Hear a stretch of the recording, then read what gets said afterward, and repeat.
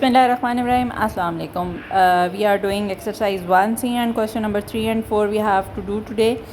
Okay हम subject बना रहे हैं डिफरेंट वेरिएबल्स को जो हमें ब्रैकेट में गिवन दिए हुए हैं। सब्जेक्ट बनाने के लिए हमें क्या करना होता है कि हमें उस नंबर को या उस लेटर को लेफ़्ट हैंड साइड पे अपनी इक्वेशन के छोड़ना होता है और बाकी सारी उसकी जितनी भी टर्म्स हैं और वैल्यूज़ हैं उसको आपने दूसरी साइड पे शिफ्ट करना होता है। इसके लिए रूल ये होता है कि आप सबसे पहले जो मल्टीप्लाई हो रहा है या डिवाइड हो रही है चीज़ उसको शिफ्ट करेंगे और उसके बाद फिर आप एडिशन और सब्ट्रैक्शन की तरफ आएंगे। अच्छा, अब क्वेश्चन नंबर 3 में थोड़ा सा ट्विस्ट है जिसमें रूट्स आ जाते हैं। जब रूट्स आ जाते हैं तो आपने उन रूट्स को बेसिकली ख़त्म करना होता है। अब जैसे पार्ट ए में आपने एच को सब्जेक्ट बनाना है, वाइल एच जो है वो के साथ इन्वॉल्व है और वो उसमें क्यूब रूट के अंदर है। अब क्यूब रूट को ख़त्म करने के लिए वी नो दैट कि हमें क्या करना होता है कि क्यूब लेने होते हैं दोनों साइड्स पे। अब पार्ट ए में हम लोग क्या करेंगे कि दोनों साइड्स पे हम लोग क्यूब लेंगे। ओके जी, अब ये क्वेश्चन है जिसमें क्यूब रूट के अंदर है, तो मुझे क्या करना है, मुझे क्यूब रूट लेना है, दोनों क्यूब लेना है बेसिकली दोनों साइड्स पे। तो यहाँ पे भी क्यूब आ जाएगा और एम के ऊपर भी क्यूब आ जाएगा। जब यहाँ पे क्यूब आएगा तो ये और क्यूब रूट कैंसिल हो जाएंगे। सो हमारे पास जो रिमेनिंग टर्म्स रह जाएंगी वो आपके पास रह जाएंगी H minus K, this is equal to M cube. अब जब ये आपके पास बच गया तो आपने h को बेसिकली सब्जेक्ट बनाना है, तो ऑब्वियसली ये माइनस के जो है ये दूसरी साइड पे शिफ्ट हो जाएगा। जब ये दूसरी साइड पे शिफ्ट हो जाएगा तो आपके पास क्या बन जाएगा, m क्यूब प्लस के। ठीक हो गया। पार्ट बी की तरफ अगर आप आते हैं तो आपने d को सब्जेक्ट बनाना है। अब जब d को सब्जेक्ट बनाना है तो आप देख सकते हैं कि d जो है वो किसके अंदर है, स्क्वायर रूट में बंद है। जब स्क्वायर रूट में बंद है तो आप क्या करेंगे, उसका स्क्वायर लेंगे। रूट्स के अकॉर्डिंग लेना है। अगर स्क्वायर रूट है तो आप स्क्वायर लोगे और अगर क्यूब रूट है तो फिर आप क्यूब लेंगे। अभी यहाँ पे हमारे पास स्क्वायर रूट है d प्लस 4ac और ये सारा कुछ आपका स्क्वायर रूट के अंदर है। तो इसमें हमने क्या लेना है, स्क्वायर लेना है दोनों साइड्स पे। जब यहाँ पे हम स्क्वायर ले लेंगे तो ये स्क्वायर और स्क्वायर रूट हमारा क्या हो जाएगा, कैंसिल हो जाएगा। सो आपके पास जो टर्म रह जाएगी बाकी वो आपके पास रह जाएगी B square is equal to D plus 4ac। अब d को मुझे लेकर आना है इस साइड पे और b को इस साइड पे लेकर आना है। या पहले स्टेप में अगर आपको मुश्किल होती है, होनी नहीं चाहिए वैसे इस स्टेज पे आके, लेकिन अगर होती है तो फिर आप स्टेप वाइज करें। अदरवाइज़ हम लोग क्या करते हैं, d इज़ इक्वल टू, क्योंकि ये इधर आ रहा है, ठीक है। सो बी स्क्वायर माइनस 4ac ये आपका क्या बना, इसका आंसर बना। ठीक हो गया जनाब। आते हैं अपने पार्ट सी की तरफ। अच्छा जी, अब पार्ट सी में आपने करना है क्या है, वी को सब्जेक्ट बनाना है। जब वी को सब्जेक्ट बनाना है तो आप क्या करेंगे कि जो आपके पास वी के जितने भी वी के साथ जो भी है आर है वो डिनोमिनेटर में है, डिवाइड हो रहा है, यहाँ पे आके क्या हो जाएगा, मल्टीप्लाई हो जाएगा। और वी के ऊपर क्या है, स्क्वायर है। अब इस स्क्वायर को ख़त्म करने के लिए हम लोग क्या करेंगे, हम स्क्वायर रूट लेंगे। स्क्वायर रूट लेने के लिए आप, अच्छा जी, अब आप क्या करेंगे, दोनों साइड्स पे स्क्वायर रूट लेंगे। जब स्क्वायर रूट ले लिया तो आपके पास जो ये स्क्वायर और स्क्वायर रूट आपस में कैंसिल हो गए। सो दैट मीन जो आपका v का आंसर है वो आपके पास क्या बच गया, दिस इम्प्लाइज आपका जो आंसर बन गया वो आपका क्या बन गया, v is equal to square root of P are.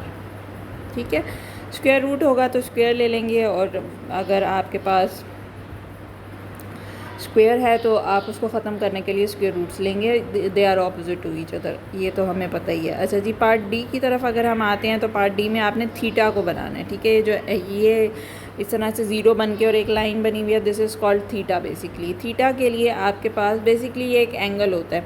अच्छा, अगर आप क्वेश्चन में देखते हैं तो 360 डिवाइड हो रहा है, 360 यहाँ पे डिवाइड हो रहा है। सो दैट मीन ए के साथ आके क्या हो जाएगा, वो मल्टीप्लाई हो जाएगा। सो मैं इसको लिख सकती हूँ ना 360a। ठीक हो गया। और इस साइड पे अब क्या है, थीटा है और थीटा के साथ मेरे पास क्या है, साथ में pi are square. Pi are square यहाँ पे मल्टीप्लाई हो रहा है तो ये यहाँ पे आके ये 360 है, 36 नहीं है। ठीक है, 360 पूरा है। और पाई आर स्क्वायर जो है वो यहाँ पे मल्टीप्लाई हो रहा था, तो इस साइड पे आके वो क्या हो जाएगा, डिवाइड हो जाएगा। सो ये आपका आंसर है। लास्ट में आपने थीटा को अपना लेफ़्ट साइड पे शिफ्ट करना है। ये आपके पास बनेगा 360A divided by pi are square, this is pi. अच्छा, मूविंग टूवर्ड्स क्वेश्चन नंबर 4। अब हमने सब्जेक्ट भी बनाना है और सब्जेक्ट बनाने के साथ साथ आपको वैल्यूज़ गिवन है जो आपने उसमें पुट करनी है। अच्छा, ये वाले क्वेश्चन पेपर 1 के लिहाज से बहुत इंपॉर्टेंट हैं, काफ़ी सारे आते होते। अच्छा, क्वेश्चन नंबर 4 में अब क्या है कि स्क्वायर रूट के अंदर है ax² - b = c, find the value of x।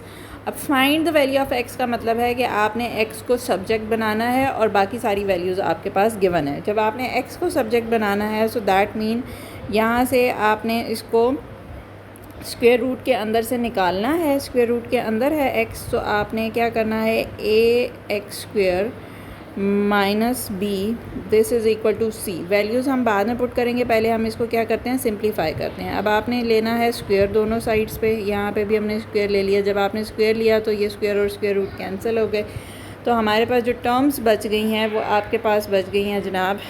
हम यहाँ पे लिख लेते हैं ax² और ये -b है, तो इधर जाकर आपके पास क्या हो जाएगा, ये c² के साथ जाके क्या हो जाएगा, प्लस हो जाएगा। और फिर फर्दर जो है वो क्या होगा, ये a इधर आके डिवाइड हो जाएगा। तो that mean x² = c² + b divided by क्या हो गया, a हो गया।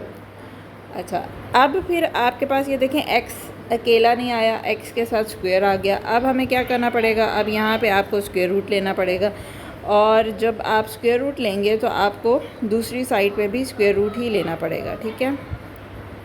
ये x² और x² कैंसल, स्क्वायर और स्क्वायर रूट हमारा आपस में कैंसिल हो जाएगा, और बाकी जो टर्म्स बच जाएंगी ये कैंसिल हो जाएगा। आपके पास जो हमारे पास जो रिमेनिंग बच जाएगा वो आपके पास बच जाएगा x = c² + b divided by a, और ये आपके पास किस में है, ये स्क्वायर रूट के अंदर है।